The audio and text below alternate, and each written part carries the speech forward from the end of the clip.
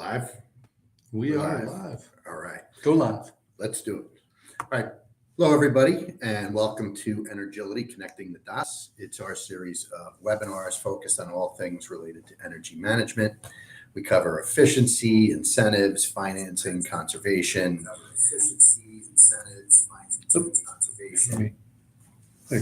Okay. Conservation, renewable energy. And last month, we introduced you to CPACE and how to convert your energy efficiency loan to a property assessment so that you can pay it twice a year along with your taxes. But because there was so much interest in it and it's a complex topic, we welcome you today to CPACE 102. I'm Richard Alexu, Manager of Strategy and Business Development. And before I turn it over, just a couple of quick things. Your mics are muted, so you're not going to be able to talk to us, but you are able to use the chat function. So if you have any questions at any point, please type them in. I'll be keeping an eye on them, and we'll respond either at the end or in real time. And with that, I would like to ask you to just take a moment and type in whether you've heard about CPACE or not, and if there are any elements about it that you'd like us to cover during the presentation. So thank you for that in advance. And with that, I'd like to introduce Justin Kale, our Director of Opportunity Development here at Energility. And Justin, all you, buddy. Oh, thanks, Rich. You're welcome. Like Rich said, we got a fairly hot topic here in CPACE, Commercial Property Assessed Clean Energy. I want to bring that up here to share with you all in our slide deck. And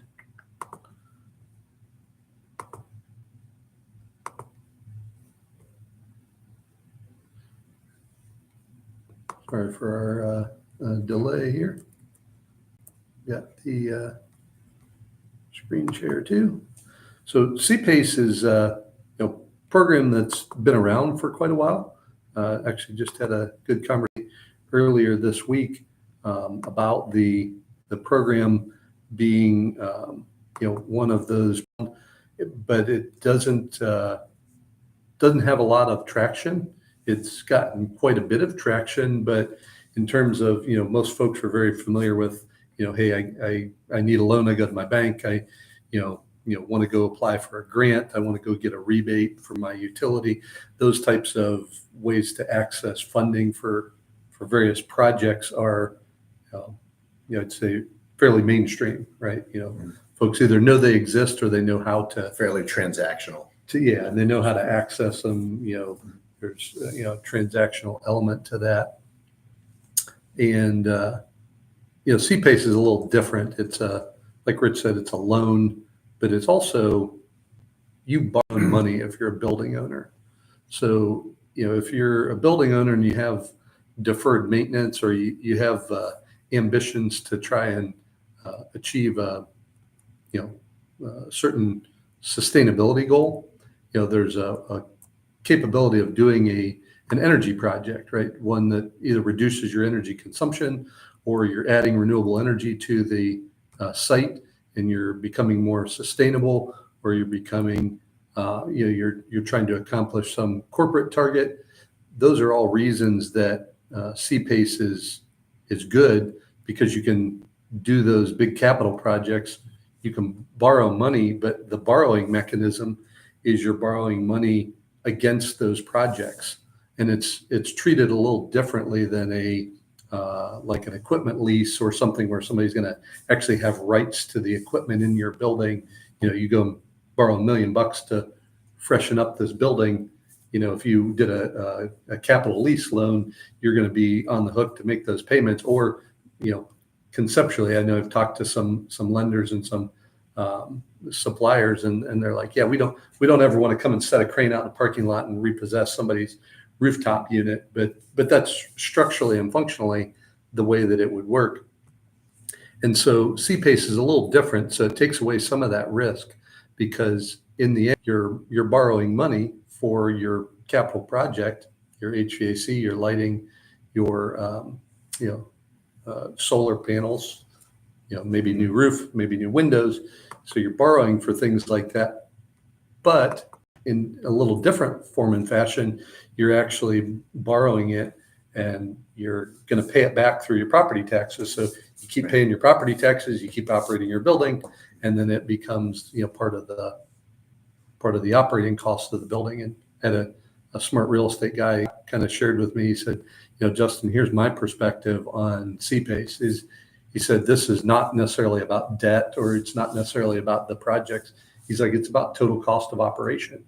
So if I'm going to do a project that's going to reduce my energy costs and I have to take on some debt to be able to make that happen, if I can do it in such a manner that my total operating cost after the project is done is less than what I started with, why would I not?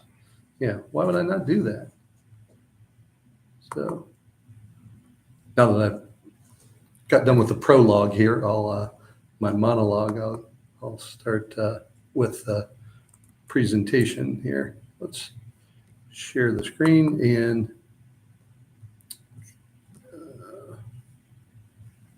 screen share.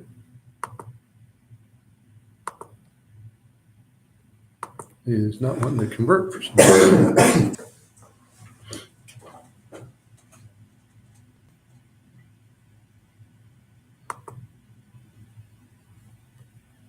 So, take two. So right now we're going to get through the first part of this, just kind of refresh our orientation from last time.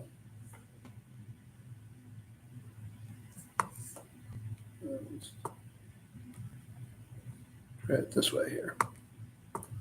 And this will give us a better outcome.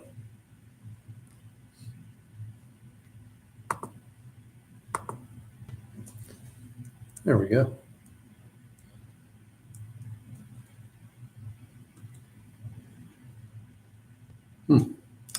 Well, It's not cooperating. we're having a little bit of a YouTube blackout here. I don't know if we're seeing the same thing. It looks like we got I'm going to hit pause here for a second, folks, and we'll be, as the old game show host said, we'll be back in 2 and 2.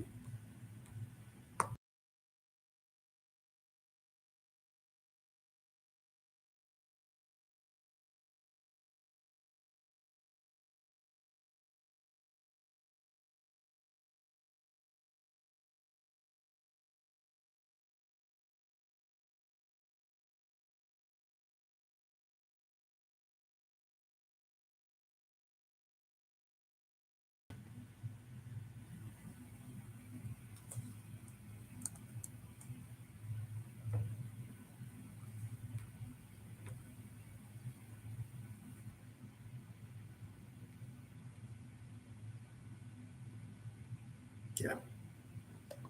There we go.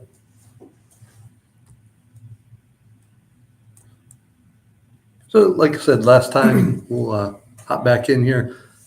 Thanks for your patience. We'll hit through some of the process, some of the details to know, and how to get ready to do a PACE project. Because if you're going to borrow a large sum of money, you always want to be prepared. And that's one of the ways that we start talking with a lot of building owners about this is, this is a process you've been through before. It's just a different type of program. Really started taking off in central Ohio and most of Ohio, about 2015, 2016, starting to get a lot of traction, even to the point where Ohio second to the state of California in PACE projects. So that's one of the reasons we're touching on this. It's a beneficial way to do a project, take advantage of some of the cost savings, energy savings, the environmental reductions, tax benefits, all of those things. This is a program that isn't an either or. So you don't have to say, gosh, I want a grant or I want a tax incentive or I can do PACE. There's ways to kind of stack this up and do both or do all three. So a couple of the key things that we'll talk about is the application, the underwriting, kind of getting the terms in place so that you can get approved. What documents do you need? We'll cover all those things here in the next 20 minutes or so. And like Rich said, if you have any questions, drop them in there in the chat.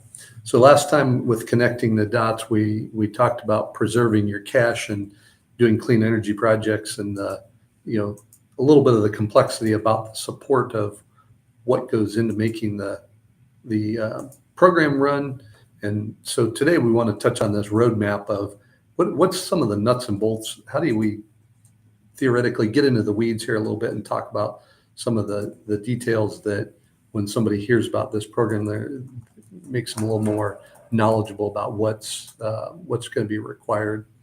Because again, it is a borrowing program. It's a way that you're able to borrow your own money and repay it just simply through your property taxes. But the start of the process is simply an application. Different lenders have different applications, but the key elements here are they're really just trying to discover information about your project, about the building. What's a little bit of history? Is this a historic building? Is it a nonprofit organization? Is it a tenant and an owner situation? Is it a multi-tenant building? Who's the actual owner of the building? What's the status of this property? Is it vacant and they need to do the project to freshen it up and lease it up? Or is it, hey, it's a fully leased building, but systems are in disrepair and they got to, make it more functional to continue operating. And that's quite candidly a key detail that we'll talk about in a minute, why banks want to work with CPACE lenders to make these projects happen. So, some of the things in an application that's important is not just the building, it's ownership, like all buildings typically have an LLC that owns them, but who are the people that are responsible for that LLC? While they don't have to necessarily guarantee the loan, put their signature on the line. One of the underwriting pieces we'll talk about here in a minute is making sure that when the lender's giving out the money, again, this isn't free money, it's not a grant and it's not a rebate, but they want to make sure they're getting paid back, and their only recourse, isn't to come and, pick those rooftop units off the building. Their recourse is you got to pay your property taxes. So in order to make sure that's going to happen, they want to make sure, the building's got some financial health or has the capability, if it's vacant or has some vacancy, that this CPACE project is going to help drive some lower operating costs and drive some leasing, drive some operating capability that maybe the building hasn't had to date. They also really want to know, down to the tax parcel, where is this building located? For one of those reasons is they need to know who's the property tax jurisdiction that has to be engaged here. Information about the property, even details about the mortgage, because one of those key items is interaction between the existing debt on the building, a mortgage, and the CPACE lender. They're going to be lending money, and the lending isn't necessarily paying off the mortgage, but those two have to work hand in glove, and the mortgagee has to confirm who that is so that the mortgage lender can consent to this being part of the operating costs of the building. Any other details in the project, like sources and uses of funds? For example, if you're going after a grant, do you need $2 million to do the project, but you're going to have a $500,000 grant 6 months into it? Well, that would be factored into the borrowing, because maybe you don't need to borrow $2 million. Maybe you only need to borrow, $1.5 million, and that $500,000 grant's going to come to the table, with a short-term 12-month loan or something like that. So if there's other complexities to the project, that needs to be known at the application stage, because that makes sure that the lender's got the whole perspective, and as the approvals are happening, there isn't an 11th hour, oops, oh, by the way, we forgot this is also part of the project. They want to discover all that up front.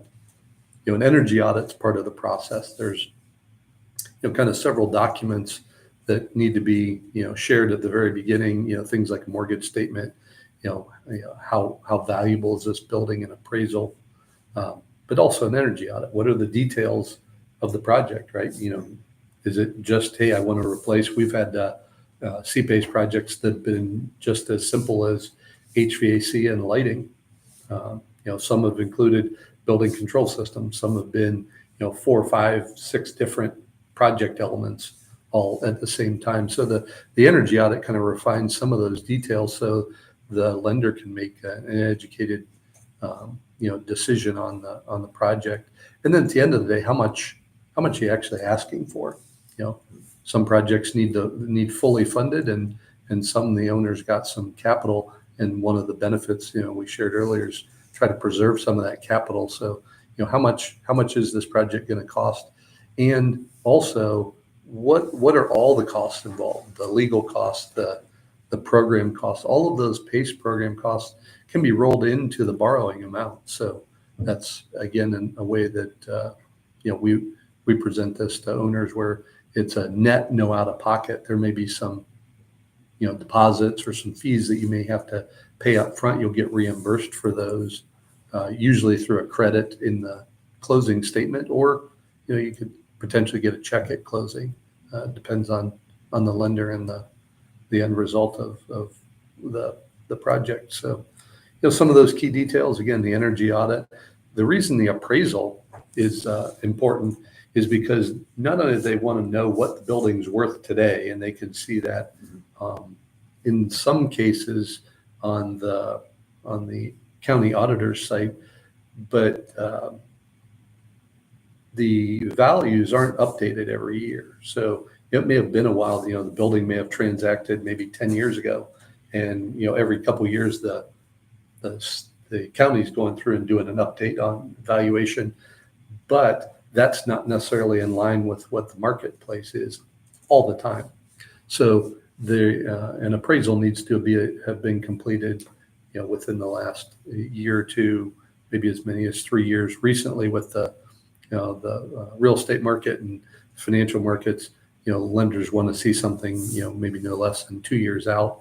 And if a building has gone through a refinance recently, that's actually a good scenario to bring up here early on in this conversation, because if a building owner is already prepared, or a property manager is already prepared financial documents for something like a refinance, there's probably not going to be a whole lot of quote unquote reinventing the wheel. These are pretty typical things that if you've been involved in financing a piece of real estate before, these are things that are going to be necessary to share with a lender so they can make a decision for underwriting. The mortgage statement, they want to know what's the balance left on your mortgage. The building might be worth $5 million. You might have paid down the debt, paid down the loan to the point where you only have a million left on the building. You want to make sure you're not going to get over leveraged from a total. Again, we're looking at total occupancy cost, total operating costs. We want to make sure that the existing debt on the building isn't going to be a hindrance when PACE gets added to it, and that's something that will be handled at underwriting. And again, if there's any grants or incentives expected, that helps build the case that this can be a positive project financially. So this is just an example. If you haven't seen an appraisal before, it might have 100 pages. Much like an energy audit may have hundreds of pages in it that may not make a lot of sense unless you're a banker, unless you're a real estate person, or you're an engineer. But the summary document in the appraisal is going to have just simply straight to it, how did they determine the value, and what is the value. But this is a snapshot, an excerpt from an appraisal where you can see this one, the current market value is $8 million, but at completion of the project, it was going to be worth over $9 million. And at stabilization, meaning once it was fully up and operational with all the improvements, it was going to be worth over $14 million. So again, that helps the lender make some decisions on, hey, if we're going to lend you $2 million and your property is only worth $8 million and you got $6 million worth of debt on it, are we too close to that ceiling of, hey, you've borrowed 100% of the building value? They want to see a little bit of clearance there. So that's where we'll talk about underwriting, and that can be a couple of day process, or it can be a lengthy process depending on the complexity of the borrower the property and the project. So a couple things that the underwriting is going to unpack is, is this project really viable? They want to make sure, this isn't some sort of, development research type, project. These are real vetted technologies. Again, things that are attached to the building. That's kind of one way I explain it to building owners when we're talking about, well, hey, what type of projects can I do with this? I had somebody one time ask me, can we put in paint and carpet and things like that? No, those are, not necessarily considered, fixtures of the building or anything that if you back the U-Haul up because you're moving the business, if you're not going to put it in the U-Haul, then it's probably something, you could do for PACE. Yeah, you're not going to, pull the paint and the carpet out, but those are short-term items that, we're talking about long-term, assets, HVAC, lighting, solar panels, roofs, things like that. In underwriting, they also want to know, who's involved in the project. We actually got a great compliment one time where a lender actually was talking with an owner as we got closer to the closing process, and they actually gave us quite a compliment in the fact that the working with us made it easier to get through the process from the application through to the closing, to be able to make sure that we had clearly articulated the project scope. We were able to bring to the table, some things that the owner didn't necessarily, they had just bought a property and that was their first time they'd ever bought a large piece of real estate. And so we were able to help synthesize that conversation. But they want to know who's actually owning this property, and do they have experience? Because in some cases, especially in the current trying market, you may find a property is partly vacant and it's kind of chicken and the egg. They got to freshen it up to get tenants in there, but they're not going to get tenants in there unless they freshen it up first. And they need the tenants to be able to help pay the operating cost. So, kind of which one comes first. And, a savvy lender will be able to work through with the building owner on, hey, what's your marketing plan? Do you have any other costs that are going to go into this? Not just, your lights and your HVAC, but do you have tenant improvement costs? Do you have other marketing costs that are going to go into when they're considering the full financial picture, so that they're not, putting the building in a position of being over leveraged? And that's where getting into the mortgage consent, the lender consent comes into play, because, a mortgage holder, the senior lender on a project has to be knowledgeable when you're putting a tax assessment on the property. And so, one of the reasons that lenders consent to PACE is because they see that benefit. They're like, hey, we're going to, have a property here that's got outdated equipment. Its operating costs are getting higher. Well, guess what happens? They may get some vacancy. Tenants are going to flee from that building versus, hey, if we consent to this PACE project, they're going to be taking on a little bit of extra cost, but it's going to lower their operating cost, and it's going to make their building more viable. And, at the end of the day, banks want to lend on properties and, collect interest from that. They don't necessarily want to be the landlord. So at the end of the day, if they can consent to this project happening, then there's less of a likely chance they're going to be the landlord, and, the owner's going to throw down the keys. So, mortgage holder has to be knowledgeable and provide consent. That'll happen at the underwriting phase. And then when we talk about the financial capability, there's really two pieces: making sure that the building's not more than 90% leverage. So, total debt out on the property divided by the building value. They want to make sure that, if for some reason, we'll call it the nuclear situation, the building has to sell, because the owner walks away from it. They want to make sure that there's not so much debt on the property that it's over leveraged and it puts everybody in a position of risk that makes everybody uncomfortable, and, want to make sure it's a good choice for the project. Again, we haven't seen that happen yet, where we haven't been able to get a project done because of that, but certainly that's a possibility out there.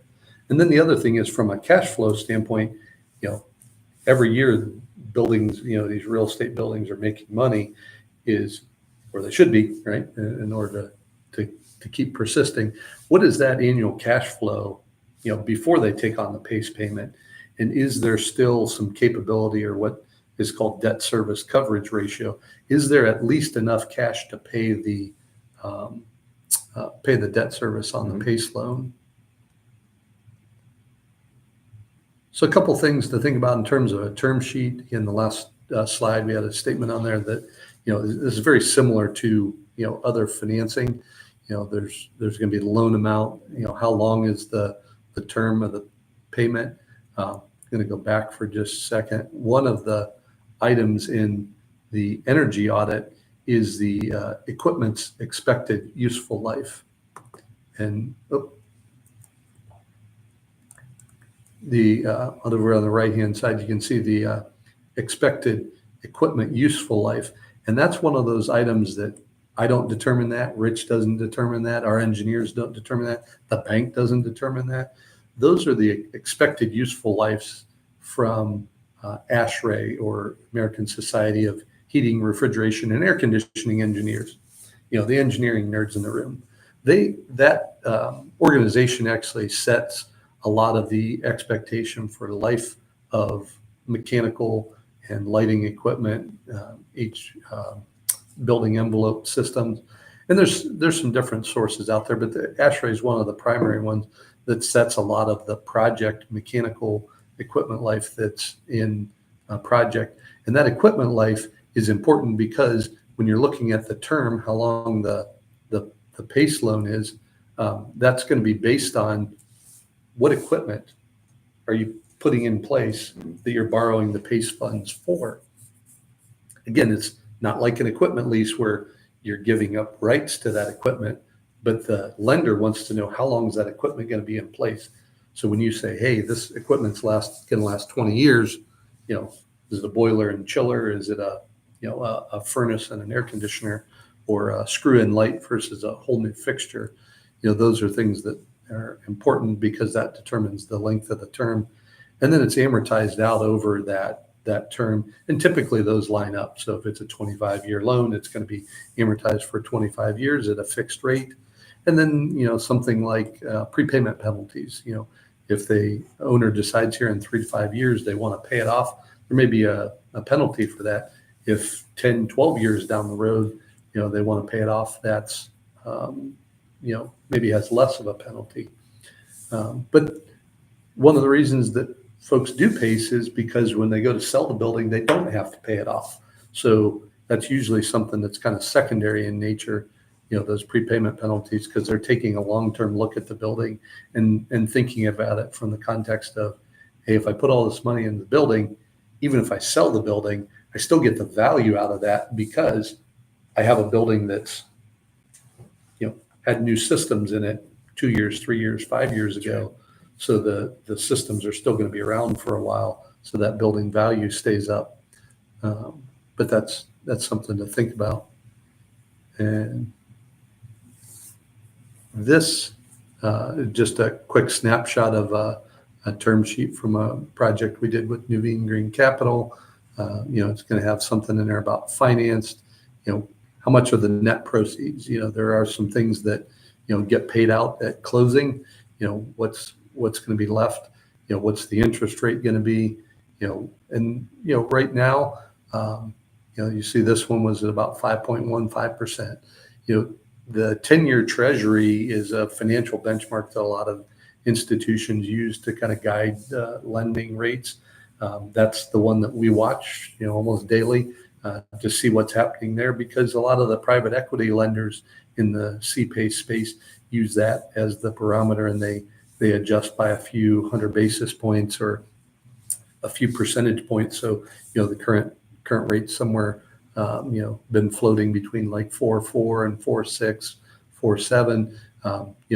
The PACE rate may be as high as 8%, which if, you're going out to look at regular bank loans for construction, you're probably not going to get a 20, 25-year loan for that.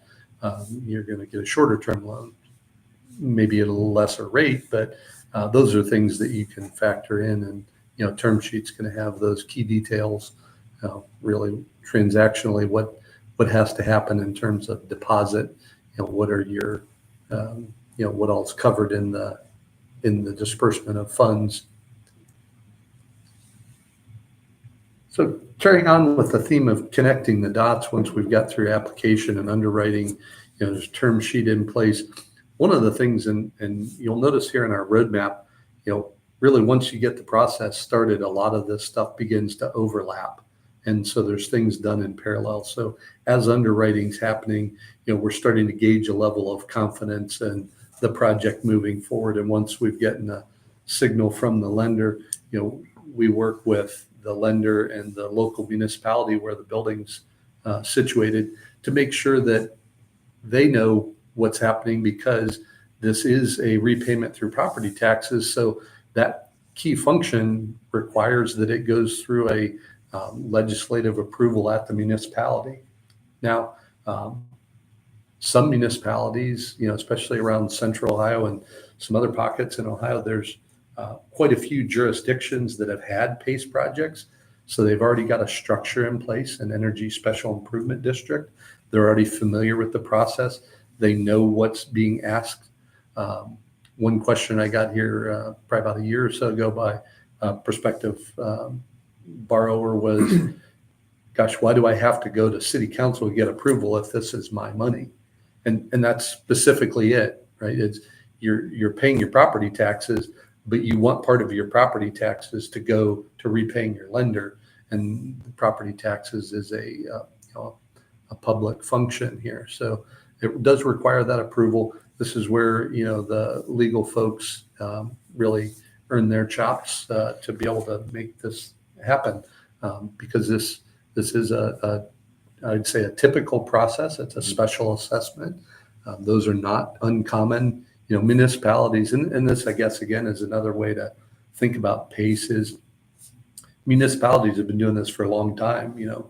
Rich and I live in different suburbs here in Columbus, and if somebody came down the street, the municipality came down the street and said, hey, we're putting in new water lines, or we're putting in new sidewalk, we're putting in new infrastructure, they're going to carve up that cost and provide a special assessment on those properties that are impacted. And this is the same way, except for the owner saying, hey, I'd like to voluntarily self-assess or get a special assessment on my property for my $1 million, $2 million for my project. And so I'm borrowing that money through a lender that's approving me, and I'm going to pay it back through my property taxes. So, what's that look like?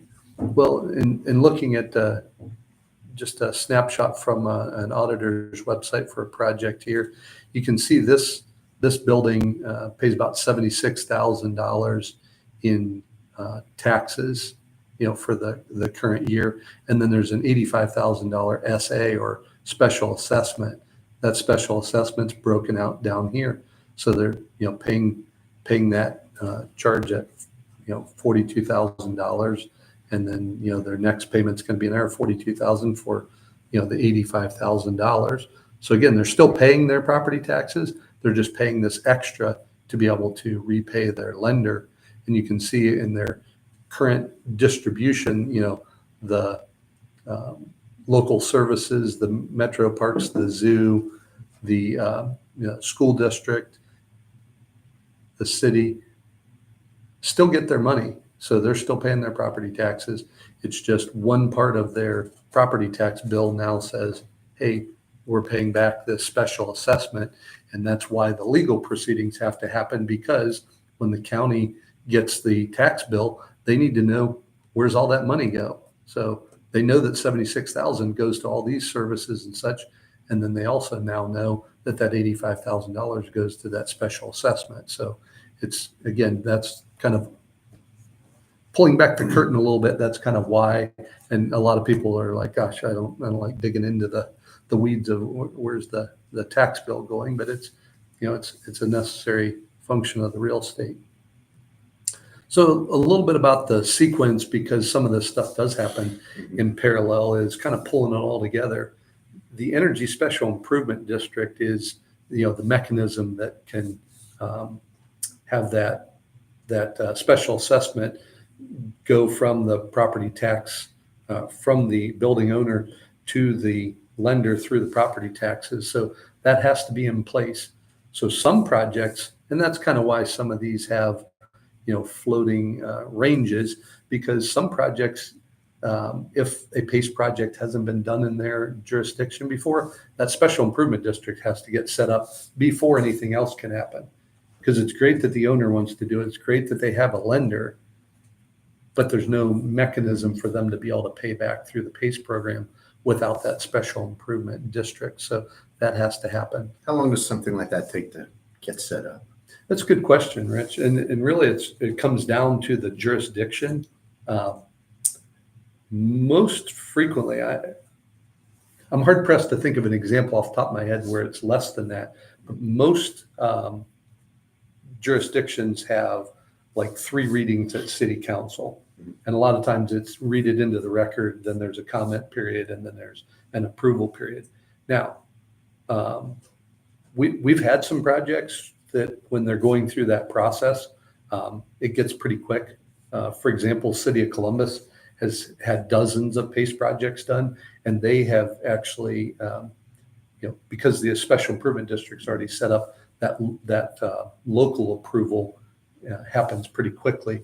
But to get that special improvement district set up in a municipality really depends on their legislative cycle. Mm-hmm. And so, we've seen places where city council operates, every other week.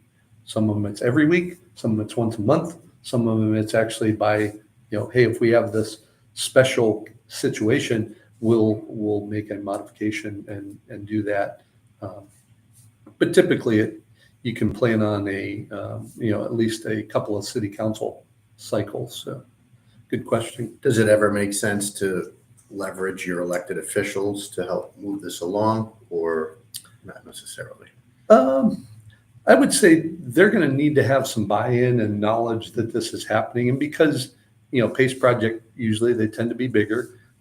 They're also economic development, projects. So the economic development people and the political folks generally, if there's, favor for, which almost every community that I can think of, wants their buildings to be better, wants their businesses to be successful, they're in support of it. And that's a story that we've heard time and time again, where whether it's a building sale or it's getting the project set up, a lot of it's the education part, because it is a new program to some folks, and kind of our other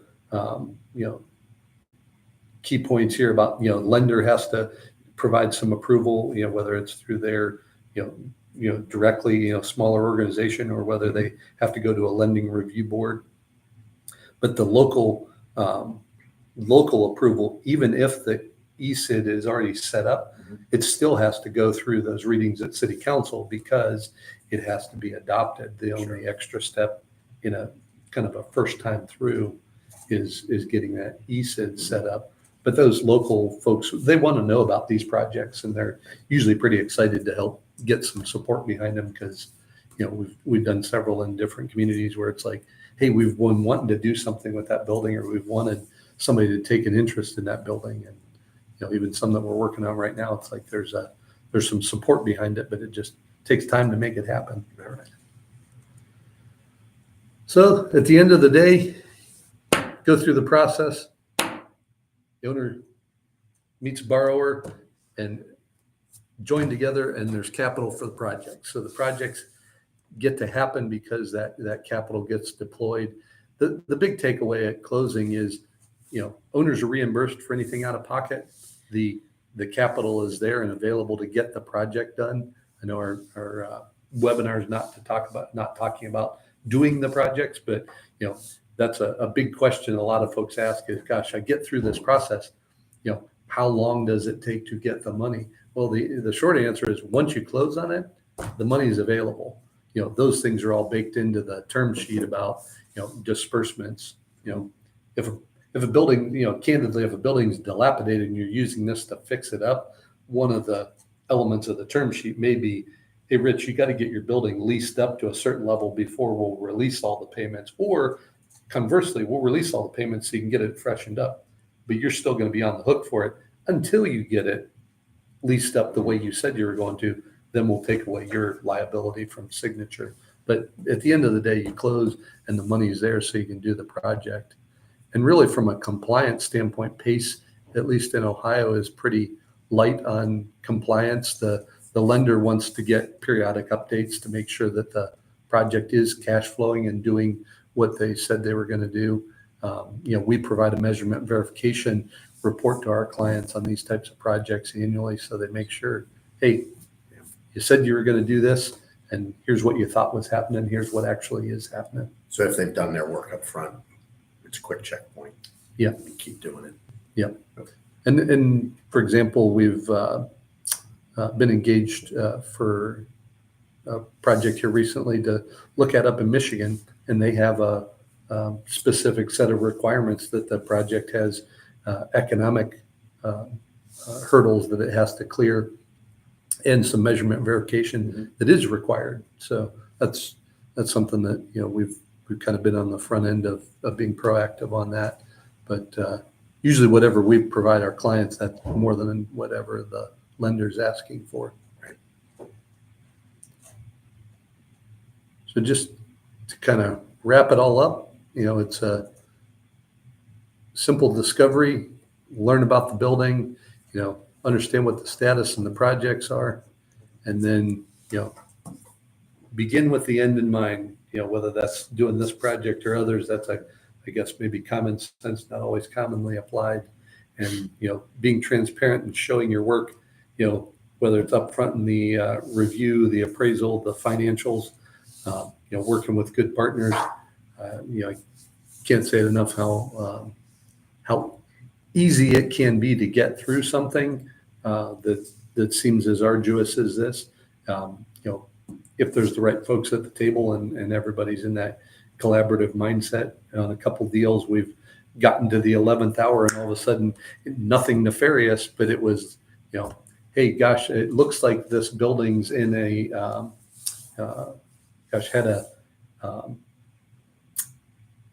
had like a homeowner association associated with it, a condo association with the building. And this was like day before closing. And it was like, how is this just discovered now? Well, you know what? It's one of those things that happens. It wasn't anything nefarious, but, quick call to the owner, quick call to the lender. We've sorted out the details, figured out what was going on, what they needed, and we got the signature that was necessary in a pretty quick, short order.